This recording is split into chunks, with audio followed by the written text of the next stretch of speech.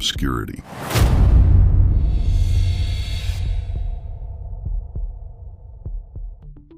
It was the summer of 1914. Newspapers reported diplomatic crises, weakened alliances, and tangible threats between powers. The world was about to plunge into a war whose true dimensions no one could foresee. But something unlikely emerged, transformed: the cigarette. A small tube of paper and tobacco that until then was seen as the mark of marginalized outcasts, was elevated to the status of a patriotic symbol and was the key and salvation for the fearless warriors. Not just a habit, but a cultural legacy was forcibly implemented, spreading across the planet with relentless speed. That's how cigarettes went from being almost nothing to the great savior and hero of great warriors, and it all has to do with war. How war with its weapons, bombs and corpses, addicted an entire civilization.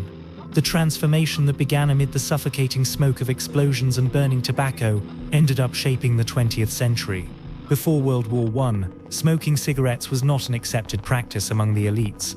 In Europe and the United States, it was seen as a degrading habit, restricted to those who lived on the margins of society: thieves, poor immigrants, drunken sailors, vagrants, and associated with all kinds of criminals. Cigarettes always became their companion.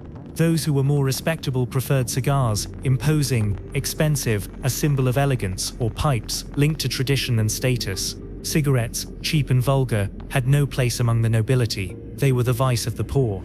For health reformers, cigarettes destroyed youth. For temperance activists, they were another poison comparable to alcohol. For moralistic politicians, a threat to social order.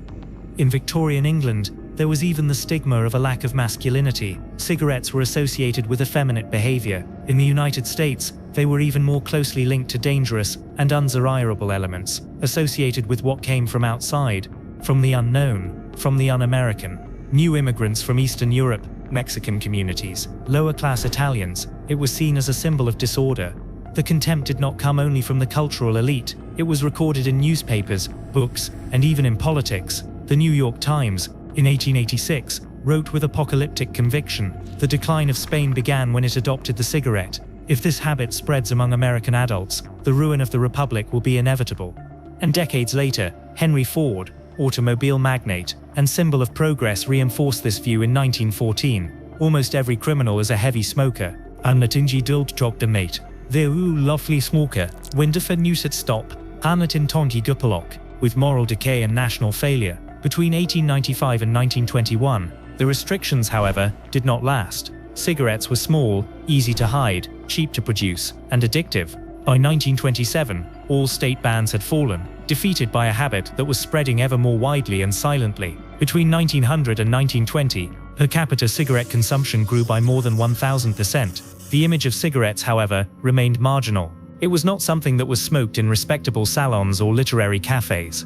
Imagine yourself in a damp New York alley, around 1905. Gaslights barely illuminate the shadows. A group of men play cards in silence, the thick air permeated by the smell of cheap tobacco. Each puff releases a whitish smoke that mixes with the smell of sweat, grease, and alcohol. For the police and moralists, that smoke was not only annoying, they looked at these men as potential criminals. Cigarettes were the stigma of deviance, but on June 28, 1914, a shot in Sarajevo not only shook empires, it opened a feared portal that would forever change the fate of that little cylinder of tobacco.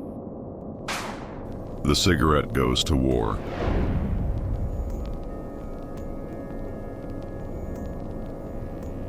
When Archduke Franz Ferdinand was assassinated, Europe was dragged into World War I.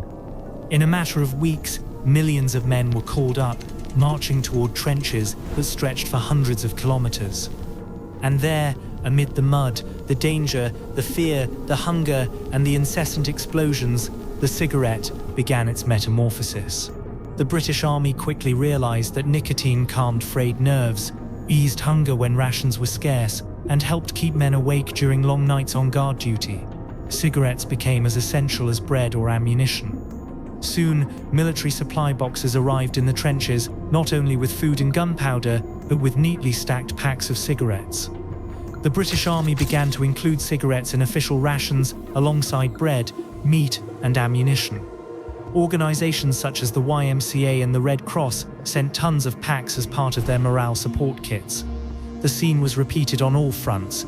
In Germany, soldiers received cigarettes as part of their daily rations. In the United States, packs of popular brands such as Lucky Strike and Camel were sent to recruits as a gesture of patriotism. Suddenly, what was once a condemned addiction was elevated to the status of an instrument of war. The cigarette that was seen as evil was now a source of moral support for soldiers. The contrast is stark. Before the war, politicians and doctors condemned cigarettes as a threat to youth and health. During the conflict, the same states became the largest distributors of this addiction. It was a colossal contradiction, but invisible in the face of the need to keep men on the battlefield. And there was something almost ritualistic about this gesture.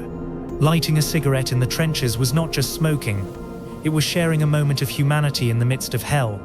It was silencing the terror with a deep drag, as if it were the last breath of life. It was a sign of camaraderie when one soldier offered another his last cigarette before the attack. What was once a symbol of decadence became a symbol of companionship, courage, and even spirituality. It united men in muddy trenches, surrounded by death. One historian described how, in many battalions, cigarettes became the most valuable currency. Soldiers traded food, even weapons, but rarely gave up a cigarette without something of great value in return. Tobacco companies saw the war as an unprecedented opportunity. By supplying cigarettes free of charge or at nominal prices to the armies, they were planting millions of potential customers. Every soldier who returned home alive would not return alone.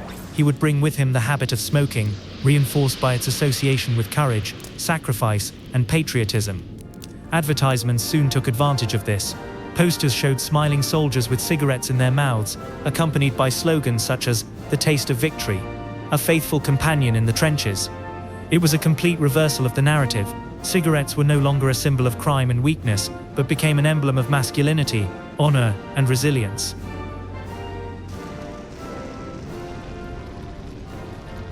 How war made the cigarette. Marketing the cigarette.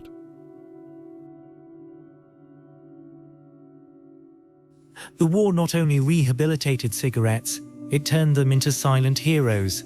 And when the armistice was signed in 1918, the world had already become addicted. When the silence of the guns finally fell, millions of soldiers returned home. But they did not return alone. They brought with them a new habit, one that had become ingrained in their bodies and spirits during years in the trenches. The soldier who returned alive carried not only scars and memories, he also carried nicotine as his inseparable companion. In the United States, cigarette sales, which had grown modestly at the beginning of the century, exploded. Between 1910 and 1920, consumption nearly doubled. In Great Britain, brands such as Woodbine and Players became icons of the veteran. In defeated Germany, cigarettes were as common as beer, and sometimes more valuable than money. Cigarettes had been canonized. They were now part of the identity of a modern man, strong, courageous.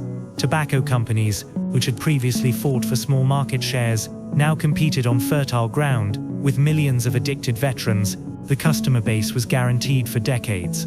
The response was immediate. Null competed on fertile ground. Creation of new giant factories, development of faster machines, capable of rolling thousands of cigarettes per minute. Colossal investments in advertising, billboards, magazines, movies, and even radio.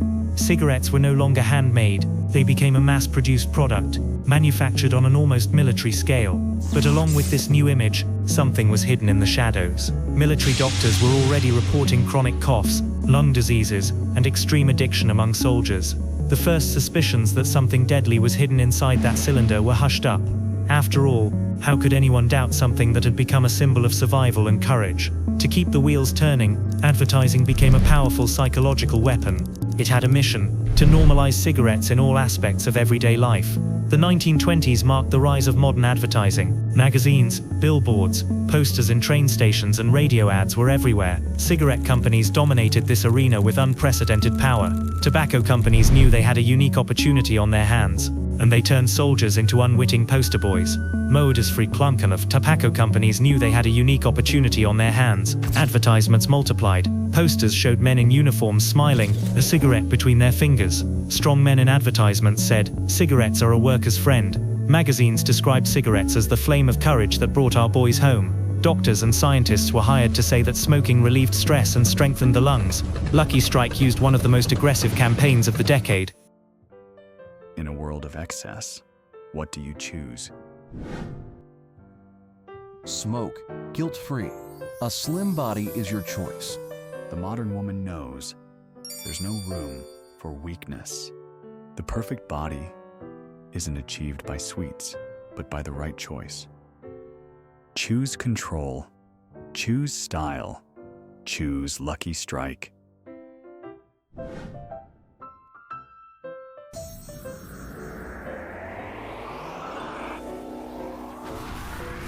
Lucky Strike, your true choice. Reach for a Lucky instead of a candy. Lucky Strike, your true choice. Elegance, style, confidence. Lucky Strike, because you don't need more, you need control. Reach for a Lucky instead of a sweet. This simple phrase associated cigarettes with a slim body, responding to an obsession of the time, the fear of gaining weight. Camel, on the other hand, was a pioneer in appealing to science. Its ads featured smiling doctors claiming that the brand was less irritating to the throat, and even recommended by experts. A 1946 slogan became famous: "More doctors smoke Camel than any other brand."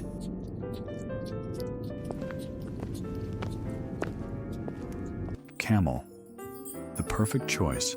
4 out of 5 experts recommend it. More doctors smoke Camel than any other brand. Because Camel is less irritating to the throat. You deserve control. Control over your health. Control over your choice. With Camel, you choose more than a cigarette. You choose confidence. Camel, the cigarette of sophistication. Meanwhile, the industry began sponsoring movie stars. Icons were photographed with cigarettes in their hands, turning them into symbols of elegance and desire. Smoking was no longer just an addiction, it became style, charm, identity. One of the boldest moves was winning over women. Until then, smoking in public was considered vulgar for them, a sign of debauchery. But Edward Bernays, the so-called father of public relations, turned that stigma into gold. In 1929, during the Easter Parade in New York, Bernays hired models to march down Fifth Avenue, lighting cigarettes in front of journalists' cameras. He called them torches of freedom. The next day, newspapers printed images of beautiful young women defying convention. Smoking became an act of emancipation, of rebellion, of modernity. In just a few years, female participation in cigarette consumption skyrocketed. What had started as a calculated marketing gesture turned into a cultural movement. It was the perfect fusion of 3 forces: industry, government, and the media. Together, they created the illusion that smoking was not only acceptable, it was necessary.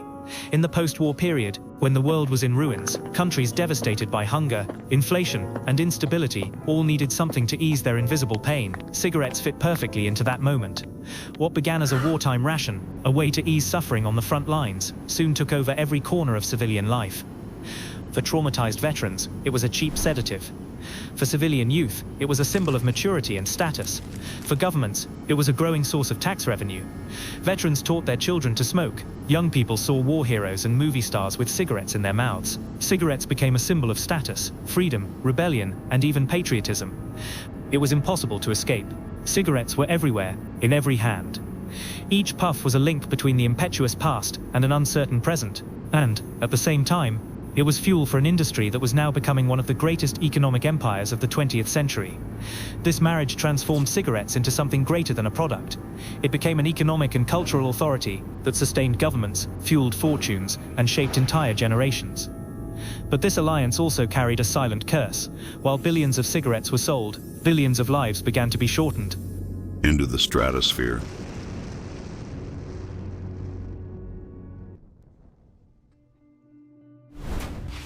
The end of World War I did not bring only peace, it brought a new empire, more powerful than armies, more lucrative than oil, more addictive than any drug until then: cigarettes. In 1929, the New York stock market crash plunged the world into a devastating economic depression.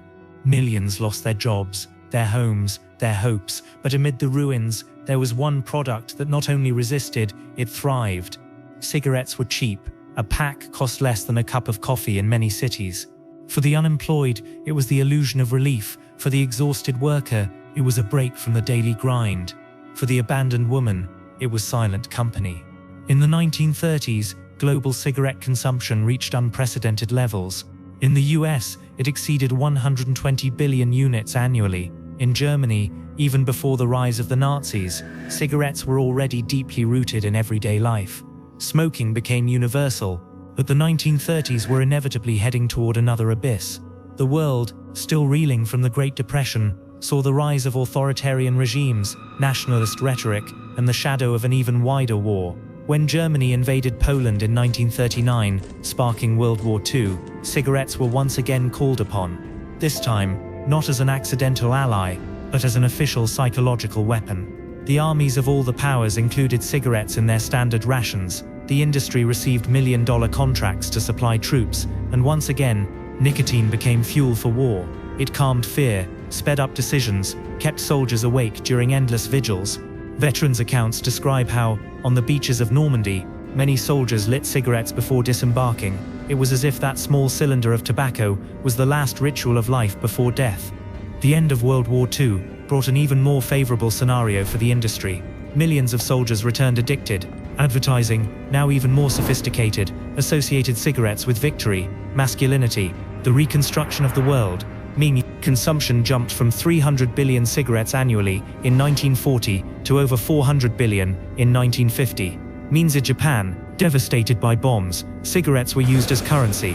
In Europe, they became symbols of the American presence, of imported modernity, along with jazz, jeans, and Coca-Cola. Smoking was now global, irresistible, celebrated. The empire was consolidated, but behind this smokescreen, a silent enemy was already at work. Doctors were beginning to notice disturbing patterns: increased lung cancer, emphysema, heart disease. However, suspicions continued to be stifled, sometimes due to a lack of definitive evidence, but often because the industry itself actively worked to silence any dissenting voices.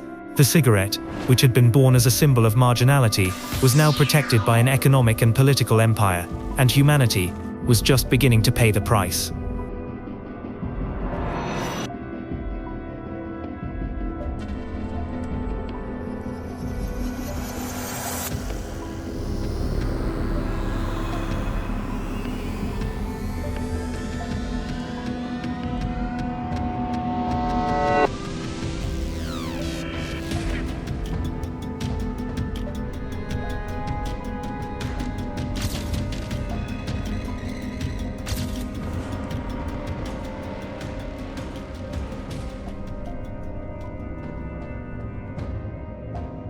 The echoes of war.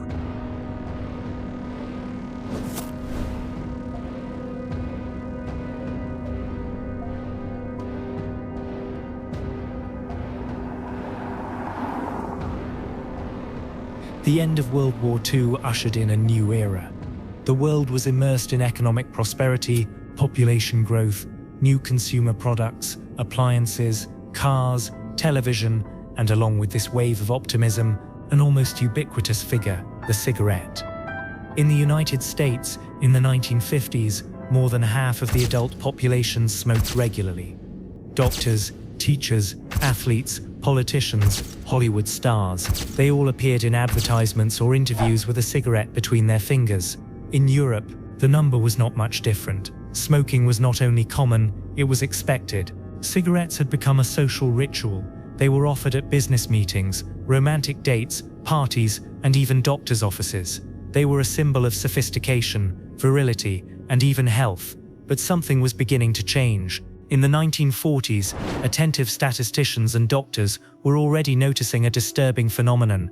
Lung cancer, which until then had been a very rare disease, was growing at an alarming rate. In the United Kingdom, cases had quadrupled since 1920. In the US, hospitals were recording increases that could no longer be ignored. Researchers such as Richard Doll and Austin Bradford Hill began studies that linked lifestyle habits with disease incidence. The pattern was clear: smokers were much more likely to develop lung cancer. In 1950, a study published in the Journal of the American Medical Association confirmed the statistical relationship between smoking and cancer. It was like turning on a light in the middle of thick smoke. The final blow came in 1964, prepared by a committee of experts. officially declared, smoking causes lung cancer and chronic bronchitis and is probably linked to heart disease. It was a cultural earthquake. For the first time, the government admitted to the population that this object, so intimate, so present, so celebrated, was also poison. Headlines spread across newspapers around the world. Some smokers panicked, trying to kick the habit. Others simply refused to believe it. But while part of society reacted, the industry was already prepared. Big tobacco companies had known for decades that something was wrong. Internal documents, revealed only years later, showed that laboratories hired by manufacturers had suspected a link between cigarettes and disease since the 1940s, but admitting it would mean losing billions. So, they devised a deadly strategy: always doubt, deny everything, sow confusion. In 1954, the largest companies published a full-page ad in more than 400 US newspapers called A Frank Statement to Cigarette Smokers. In it, they claimed that there was no definitive evidence against cigarettes and that they were committed to funding independent research to discover the truth. In practice, this was a ploy to buy time. The industry hired scientists, public relations specialists, and lawyers to cast doubt on every study that came out. There was always an expert to say, "It's not proven. These are just correlations." This smokescreen worked for decades. While hiding the risks, companies doubled their investment in marketing. If in the 1920s and 30s, cigarettes were associated with glamour and rebellion, now, in the 50s and 60s, they were presented as part of the modern lifestyle. TV commercials showed happy families, smiling couples and smoke-filled parties. Iconic characters emerged, such as the Marlboro Man, the lonely, virile, free cowboy who transformed Marlboro from a brand considered feminine into a worldwide phenomenon of masculinity. Life demands control. Choose the cigarette that matches your attitude. Marlboro. Know the difference between someone who just smokes and someone who makes a choice. Because true pleasure isn't impulsive, it's controlled. Marlboro is more than a cigarette. It's a style statement. Smoke with confidence. Smoke with control. Because you are in control, smoke Marlboro. Advertising didn't just sell a product, it sold a dream. And even though newspapers talked about cancer, the desire to be accepted, to be admired, spoke louder. Another factor kept the empire intact: nicotine. Many believed that smoking was just a habit, but studies began to reveal that the substance had a chemical dependency comparable to heroin and cocaine. The brains of smokers were reprogrammed. Nicotine released dopamine, creating immediate pleasure. In a few minutes the effect wore off, leaving a void that demanded another puff. Each cigarette lit the next. This vicious cycle trapped millions, even when they knew the risks. It was the perfect trap: immediate pleasure in exchange for slow death. Despite the 1964 report and awareness campaigns, consumption did not immediately decline. In the 1970s, global numbers continued to rise. Developing countries, with less access to information, became new targets for the industry. Governments tried to react. Bans on TV and radio ads began to appear. Cigarette packs began to carry health warnings, still discreet ones. Some doctors became activists, but it was an uneven fight. Cigarettes were everywhere: bars, schools, airplanes, hospitals, and the industry, with billions in profits, was able to finance political campaigns, influence laws, and manipulate public opinion. Cigarettes, which had helped soldiers face death, now became the silent death sentence for millions of civilians. The cigarette burns.